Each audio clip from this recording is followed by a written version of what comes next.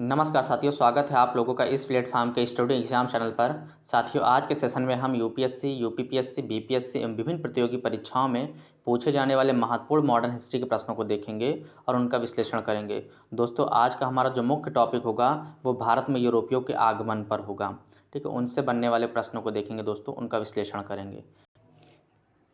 पहला क्वेश्चन है दोस्तों, फ्रांसीसी ईस्ट इंडिया कंपनी ने भारत में अपना कारखाना सबसे पहले कहाँ स्थापित किया था? ऑप्शन ए है कालीकट में, ऑप्शन बी है सूरत में, ऑप्शन डी है पांडिचेरी, ऑप्शन डी है मछलीपट्टनम। तो इसका सही आंसर क्या हो जाएगा दोस्तों? सूरत में। दोस्तों, दो चीज़ें हैं। आपसे अगर पूछा जाए कि क्रम क्या है यूरोपीय कंपनियों का भारत में आने का, तो इसका क्रम अलग हो जाएगा। और अगर पूछा जाए कि यूरोपियों का भारत में आगमन, तो इसका क्रम अलग हो जाएगा। ठीक है दोस्तों, तो पुर्तगाली सबसे पहले अपनी कंपनी लगाते हैं, फिर डच लगाते हैं, फिर अंग्रेज़ लगाते हैं, फिर डेनिश हैं, फिर फ्रांसीसी हैं। यानी कि सबसे लास्ट में फ्रांसीसी अपनी कंपनियां भारत में लगाते हैं। कि 1668 ईस्वी में फ्रैंको करो ने सूरत में फैक्ट्री लगाई थी औरंगजेब के फरमान के बाद। ठीक है दोस्तों, तो 1668 ईस्वी में 1668 ईस्वी में ये क्या करते हैं कि फ्रांसीसी कंपनी भारत में सूरत में लगाते हैं सबसे पहले। क्वेश्चन है, निम्नलिखित में से कौन सी एक फसल भारत में पुर्तगालियों द्वारा लाई गई थी? ऑप्शन ए है अफीम, ऑप्शन बी है पान, ऑप्शन सी है कॉफ़ी, ऑप्शन डी है मिर्च। तो इसका सही जवाब क्या हो जाएगा दोस्तों? इसका सही जवाब हो जाएगा मिर्च।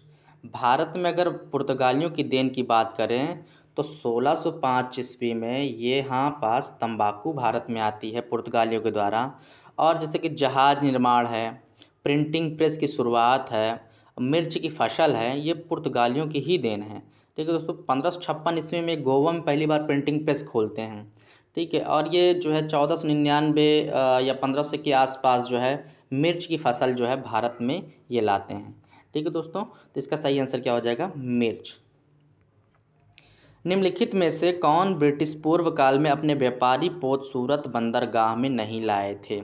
ऑप्शन ए है पुर्तगाली और अंग्रेज, ऑप्शन बी है रूसी और जर्मन, ऑप्शन सी है अंग्रेज और अरब, ऑप्शन डी है फ्रांसीसी और अरब। तो इसका सही आंसर क्या हो जाएगा दोस्तों? इसका सही आंसर हो जाएगा ऑप्शन नंबर बी, रूसी और जर्मन।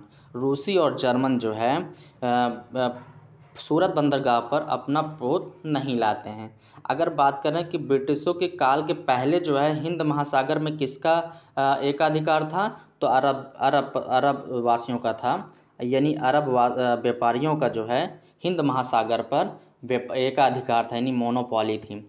आगे चलकर विभिन्न यूरोपीय कंपनियां भी भारत में आईं, जैसे कि दीव है, दमन है, सूरत है, कन्नूर है। इन सब बंदरगाहों पर जो है पुर्तगाली, डच, अंग्रेज, फ्रांसीसी अपनी कंपनियां इन सब पोत पे लाए, बंदरगाह पर लाए थे। लेकिन रूसी और जर्मन जो है अपनी व्यापारिक जो है पोत सूरत बंदरगाह पर कभी नहीं लाए। तो इसका सही आंसर क्या हो जाएगा? रूसी और जर्मन। निम्नलिखित विदेशी यात्रियों में से किसने भारत के हीरो और हीरे की खदानों की विस्तृत रूप से चर्चा की? ऑप्शन ए है फ्रांसवा बर्नियर, ऑप्शन बी है John Baptiste Tavernier, option C है एबे बार्थेलेमी कारे, ऑप्शन डी है ज्यादा थेवेनो। तो इसका सही आंसर क्या हो जाएगा दोस्तों? इसका सही आंसर हो जाएगा John Baptiste Tavernier, option number B. आपको बता दें दोस्तों कि जो एक ये जॉन बैप्टिस्ट टेवर्नियर हैं, ये एक फ्रांसीसी खोजकर्ता और व्यापारी हैं। ठीक है, ये क्या किए थे कि हीरो की खान का उल्लेख इन्होंने 1666 में एक बार 166 कैरेट ब्लू डायमंड की खरीद की थी और इसको फ्रांस के राजा लुई 15वें को बेच दिया था। और इन्होंने अपनी रचनाओं में इसका जिक्र किया है। तो यहाँ पास पूछा है कि हीरे की खदानों और हीरो का जिक्र जो है यही करते हैं जॉन बैप्टिस्ट टेवर्नियर। ठीक है दोस्तों, तो इसका अगला क्वेश्चन देखेंगे। किस गुजराती पायलट यानी चालक ने वास्को डिगामा यानी जो 1498 में भारत आया था का कालीकट तक मार्गदर्शन किया था? ऑप्शन ए है अब्दुल मजीद, ऑप्शन बी है इलियास खान, ऑप्शन सी है अलाउद्दीन हुसैन, ऑप्शन डी है गियासुद्दीन आजम शाह। तो इसका सही आंसर क्या हो जाएगा दोस्तों? अब्दुल माजिद। अब्दुल माजिद जो हैं वास्को डिगामा को मार्गदर्शन देते हैं, उनको रास्ता बताते हैं, ये गुजराती यात्री होते हैं अब्दुल मजीद, जो कि वास्को डी गामा को मार्गदर्शन देते हैं, रास्ता बताते हैं। अंग्रेजों के संदर्भ में निम्नलिखित कथनों पर विचार कीजिए। एक है, जहांगीर से फरमान प्राप्त करके सूरत में अपनी फैक्ट्री को पुख्ता बनाया।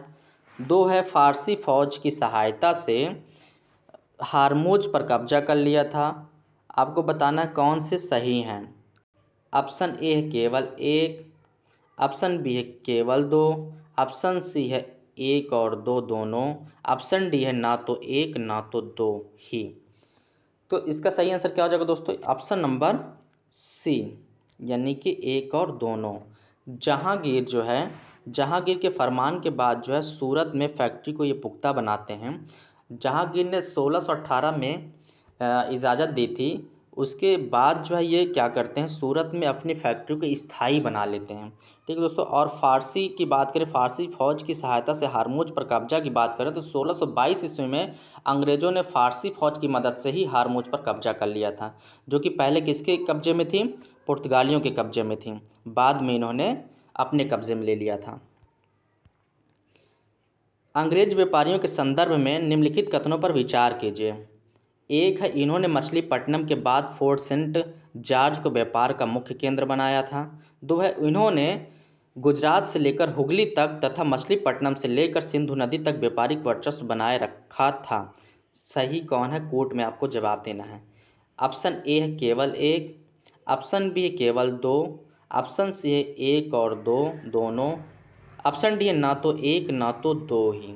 तो इसका सही आंसर क्या हो जाएगा दोस्तों? इसका सही आंसर हो जाएगा ऑप्शन नंबर सी, यानी कि 1 और 2 दोनों।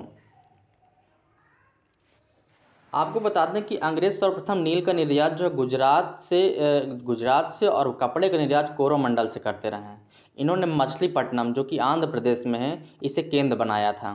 ठीक है। और फिर कुछ समय बाद जो है मद्रास के फोर्ट सेंट जॉर्ज को अपना व्यापार का मुख्य केंद्र बना लेते हैं। अगर बात करें ये कहाँ से कहाँ तक व्यापार कर रहे थे, तो अंग्रेज़ों ने पश्चिम में गुजरात से लेकर के पूर्व में हुगली नदी तक या पश्चिम बंगाल में वहाँ तक ये व्यापार करते रहे। अगर उत्तर की बात करें, उत्तर और दक्षिण की बात करें, तो उत्तर में सिंधु नदी से लेकर के दक्षिण में मछलीपट्टनम यानी कि आंध्र प्रदेश तक अपना व्यापार करते रहे हैं। तो इसका सही आंसर क्या हो जाएगा? दोनों सही हैं। भारत में अंग्रेजी कंपनी की व्यापारिक गतिविधियों का प्रथम केंद्र कौन सा था? ऑप्शन ए है पणजी, ऑप्शन बी है मछलीपट्टनम, ऑप्शन सी है सूरत, ऑप्शन डी है मद्रास। इसका सही आंसर क्या हो जाएगा दोस्तों? इसका सही आंसर हो जाएगा ऑप्शन नंबर सी, सूरत। भारत में अंग्रेजी कंपनी की जो व्यापारिक गतिविधियों का प्रथम केंद्र जो रहा है वो पश्चिमी तट पर स्थित सूरत शहर में था। ठीक है दोस्तों, इसका सही आंसर क्या हो जाएगा? Option number C. निम्नलिखित में से किस शहर को अंग्रेजों ने भारत का सरताज, आर्ट्स प्राइमा इन इंडीज कहा है? ऑप्शन ए है सूरत, बी है मद्रास, सी है बम्बई, ऑप्शन डी है बंगाल। तो इसका सही आंसर क्या हो जाएगा दोस्तों? Option number C, Bombay. Suez नहर जानते होंगे कि मिस्र में है। 1869 में क्या होती है, इसे खोल दिया जाता है, जिससे यूरोपियों को भारत से व्यापार करना आसान हो जाता है, क्योंकि पहले ये कहाँ से आते थे? घूम करके आते थे। ठीक है। अभी इनको शॉर्टकट रास्ता मिल चुका था। ठीक है। इससे क्या होता है कि मुंबई का जो अर्थव्यवस्था रही है वो विश्व की अर्थव्यवस्था के साथ जुड़ चुकी थी। उसी समय जो है बम्बई की जो सरकार रही है और भारतीय व्यापारी जो रहे हैं, इसी मौका का फ़ायदा उठा करके भारत का सरताज घोषित कर देते हैं मुंबई शहर को। ठीक है दोस्तों, इसका सही से आंसर क्या हो जाएगा? Bombay, option number C. कौन सा अंग्रेज अधिकारी 1615 में जहांगीर से मिलकर मुगल साम्राज्य के सभी भागों में व्यापार करने और फैक्ट्री खोलने का अधिकार देने वाला एक शाही फरमान जारी कराने में सफल रहा? ऑप्शन ए है कैप्टन हॉकिंस, ऑप्शन बी है sir Thomas Roe, option C है जोसिया चाइल्ड, ऑप्शन डी है सर जॉन गोयर। तो इसका सही आंसर क्या हो जाएगा दोस्तों? सर थॉमस रो।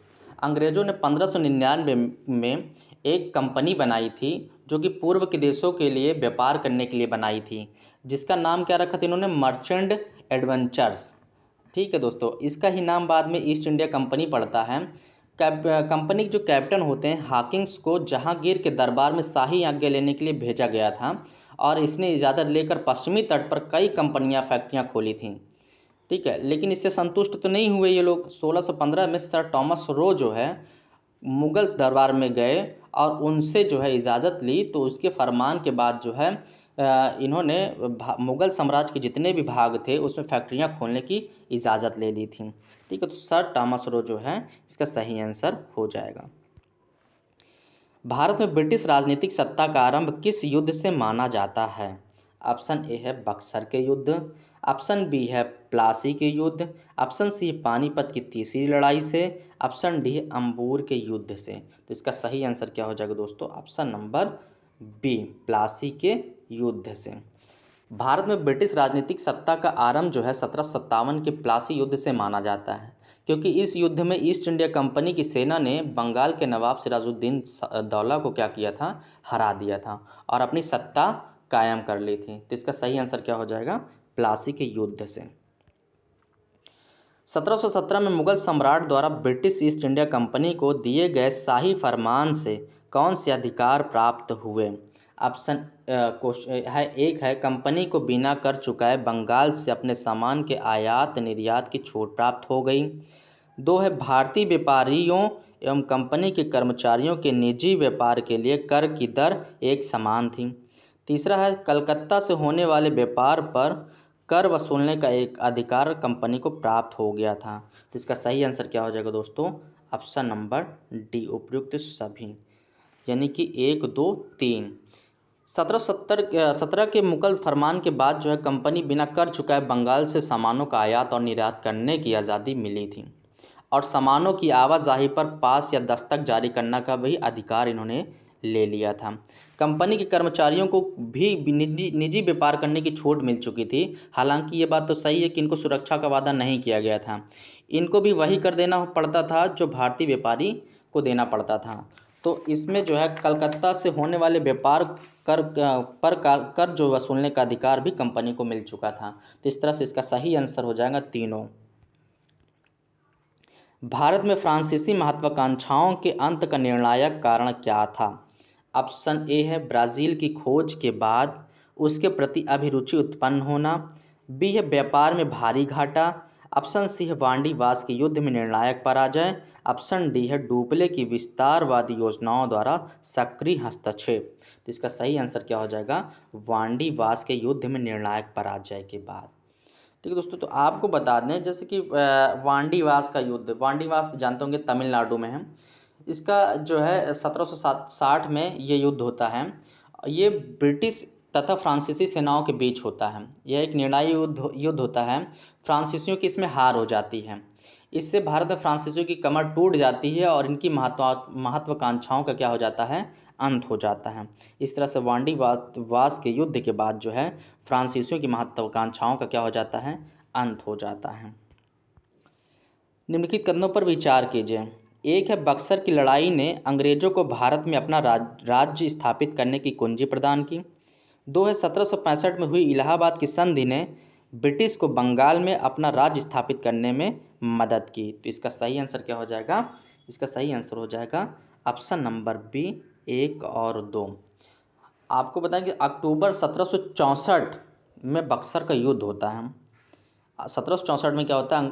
बक्सर का युद्ध होता है। अंग्रेजी सेना का जो नेतृत्व करने वाले होते हैं वो हेक्टर मुनरो और मीर कासिम की जो सेना का नेतृत्व है वो गुरगीन खान करते हैं। इस युद्ध में सुजाउद्दौला और मीर कासिम और शाह आलम द्वितीय के नेतृत्व वाली एक सम्मिलित सेना क्या करती है? पराजय हो जाती, यानी हार जाती है और अंग्रेजों को पूरे भारत में अपनी शक्ति स्थापित करने की एक कुंजी दे देती है, यानी कि पूरा व्यापार करने के लिए छूट मिल जाती है इनको। और अगर बात करें 1765 की, तो 12 अगस्त 1765 में इलाहाबाद की संधि होती है, जो कि मुगल शासक जो रहते हैं शाह आलम द्वितीय और अंग्रेज गवर्नर जो रहते हैं लॉर्ड क्लाइव के बीच होती हैं। इस संधि के बाद क्या होता है? कंपनी को बंगाल और बिहार, उड़ीसा की दीवानी मिल जाती है। ठीक है दोस्तों, तो इसका सही आंसर क्या हो जाएगा? 1 और 2 दोनों। प्लासी युद्ध के कारण थे, प्रमुख कारण बताने आपको। एक है कंपनी के द्वारा कलकत्ता की किलेबंदी करना, 2 है कलकत्ता आने वाले भारतीय माल पर कंपनी के द्वारा भारी महसूल यानी कर लगाना। 3 है सिराजुद्दौला के द्वारा कासिम बाजार की अंग्रेज फैक्ट्री पर कब्जा करना। तो इसका सही आंसर क्या हो जाएगा? 1, 2 और 3 तीनों। 1756 में सिराजुद्दौला जब बंगाल का नवाब बनता है तो उसने अंग्रेज़ों के सामने शर्त रखा था कि जिन शर्तों पर मुर्शिद कुली खान के समय में ये लोग व्यापार कर रहे थे, जो टैक्स दे रहे थे, उसी शर्त पर व्यापार जो है करने की अनुमति मिलेगी इनको। लेकिन इन्होंने क्या किया कि ये बात मानने से मना कर दिया और टैक्स जो देना था इनको उसे भी देने से मना कर दिया। और टैक्स ही वसूलने की बात नहीं, देने की बात थी ये, बल्कि खुद वसूल करने लगे थे। कलकत्ता में जो भी व्यापार होता था उससे ये खुद टैक्स वसूल करने लगे थे। और उसके बाद क्या करते हैं कि उसका कलकत्ते का किलाबंदी भी करना शुरू कर देते हैं। इससे इसकी अब सिराजुद्दौला तो इनकी चाल समझता ही था, तो इन्होंने क्या किया कि जो फैक्ट्री थी कासिम बाजार में अंग्रेज़ों की, उसको अपने ही कब्जे में ले लेते हैं। और इसके बाद क्या होता है कि 23 जून 1757 को प्लासी का युद्ध छिड़ जाता है। तो इस तरह से ये जो है प्लासी के युद्ध के प्रमुख कारण रहे हैं। तो इसका सही आंसर जो हो जाएगा 1, 2 और 3।